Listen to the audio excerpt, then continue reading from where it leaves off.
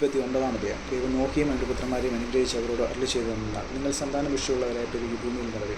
നിങ്ങളെയുള്ള പേടിയും നടുക്കവും ഭൂമിയിലെ സകല മൃഗങ്ങൾക്കും ആകാശത്തിലെ എല്ലാ പറവുകൾക്കും സകല ഭൂചരങ്ങൾക്കും സമുദ്രത്തിലെ സകല മത്സ്യങ്ങൾക്കും ഉണ്ടാകും. അവയെ നിങ്ങളുടെ കയ്യിൽ ഏൽപ്പിച്ചിരിക്കുന്നു. ഭൂചര ജന്തുക്കളൊക്കെയും നിങ്ങൾക്ക് ആഹാരമായിരിക്കട്ടെ. പച്ചസസ്യം പോലെ ഞാൻ സകലവും നിങ്ങൾക്ക് തന്നിരിക്കുന്നു. പ്രാണനായിരിക്കുന്ന രക്തത്തോടുകൂടെ മാത്രം നിങ്ങൾ മാംസം തിന്നരുത്. നിങ്ങളുടെ പ്രാണനായിരിക്കുന്ന നിങ്ങളുടെ രക്തത്തിന് ഞാൻ പകരം ചോദിക്കും. സകല മൃഗത്തോടും മനുഷ്യരോടും ചോദിക്കും. അവനവൻ്റെ സഹോദരനോടും ഞാൻ മനുഷ്യൻ്റെ പ്രാണന് പകരം ചോദിക്കും. ആരെങ്കിലും മനുഷ്യൻ്റെ രക്തം ചൊരിയിച്ചാൽ അവൻ്റെ രക്തം മനുഷ്യൻ ചൊരിയിക്കും. ദൈവത്തിൻ്റെ സ്വരൂപത്തിലുള്ള മനുഷ്യനെ ഉണ്ടാക്കിയത്. ആകയാൽ നിങ്ങൾ സന്താനപുഷ്ടിയുള്ളവരായി പെരുകുകയും ഭൂമിയിൽ അനവധിയായി പെറ്റുപെരുകുകയും.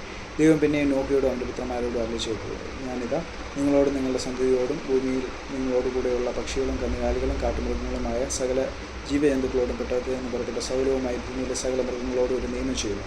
ഇനി സകല ജലവും ജലപ്രളയത്താൽ നശിക്കുകയില്ല. ഭൂമിയെ നശിപ്പിക്കാൻ ഇനി ജലപ്രളയം ഉണ്ടാകുകയുമില്ല എന്ന് ഞാൻ നിങ്ങളോട് ഒരു നിയമം ചെയ്യുന്നു. പിന്നെയും ദൈവം അരുളി ചെയ്തത്, ഞാനും നിങ്ങളും നിങ്ങളോടുകൂടെയുള്ള സകല ജീവജന്തുക്കളും തമ്മിൽ തലമുറയോളം സദാകാലത്തേക്കും ചെയ്യുന്ന നിയമത്തിൻ്റെ അടയാളമാകുത്. ഞാൻ എൻ്റെ വില്ല് മേഘത്തിൽ വയ്ക്കുന്നു. അത് ഞാനും ഭൂമിയും തമ്മിലുള്ള നിയമത്തിന് അടയാളമായിരിക്കും. ഞാൻ ഭൂമിയുടെ മീതെ മേഘം വരുത്തുമ്പോൾ മേഘത്തിൽ വില്ല് കാണും. അപ്പോൾ ഞാനും നിങ്ങളുടെ സർവ്വജടവുമായ സകല ജന്തുക്കളും തമ്മിലുള്ള എൻ്റെ നിയമം ഞാൻ ഓർക്കും. ഇനി സകല ജലത്തെയും നശിപ്പിക്കാൻ വെള്ളം ഒരു പ്രളയമായി തീരുകയുമില്ല.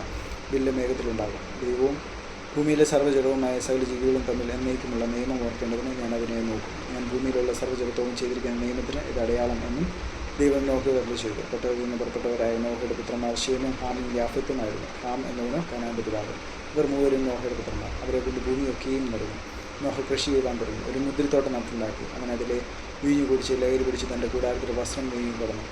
കനാന്റെ പിതാവായ ഹാം പിതാവിൻ്റെ നഗ്നത കണ്ട് വെളിയിൽ ചെന്ന് തൻ്റെ 2 സഹോദരന്മാരെയും അറിയിച്ചു. ശേമും യാഫത്തും ഒരു വസ്ത്രമെടുത്ത് ഇരുവരുടെയും തോളിലിട്ട് വിമുഖരായി ചെന്ന് പിതാവിൻ്റെ നഗ്നത മറിച്ചു. അവരുടെ മുഖം തിരിഞ്ഞിരുന്നതുകൊണ്ട് അവർ പിതാവിൻ്റെ നഗ്നത കണ്ടില്ല. നോഹ ലഹരി വിട്ടു നിന്നപ്പോൾ തൻ്റെ ഇളയ മകൻ ചെയ്തത് അറിഞ്ഞു. അപ്പോൾ അവൻ, കനാൻ ശപിക്കപ്പെട്ടവൻ, അവൻ തൻ്റെ സഹോദരന്മാർക്ക് അധമദാസനായി തീരും എന്ന് പറഞ്ഞു. ശേമിൻ്റെ ദൈവമായ യഹോവ സ്തുതിക്കപ്പെട്ടവൻ, കനാൻ അവരുടെ ദാസനാകും. ദൈവം യാഫത്തിനെ വർദ്ധിപ്പിക്കട്ടെ, അവൻ ശേമിൻ്റെ കൂടാരങ്ങളിൽ വസിക്കും. കനാൻ അവരുടെ ദാസനാകും എന്നും അവൻ പറഞ്ഞു. ജലപ്രളയത്തിന് ശേഷം നോഹ 350 സംവത്സരം ജീവിച്ചിരുന്നു. നോഹയുടെ ആയുഷ്കാലമാകെ 950 സംവത്സരമായിരുന്നു. പിന്നെ അവൻ മരിച്ചു.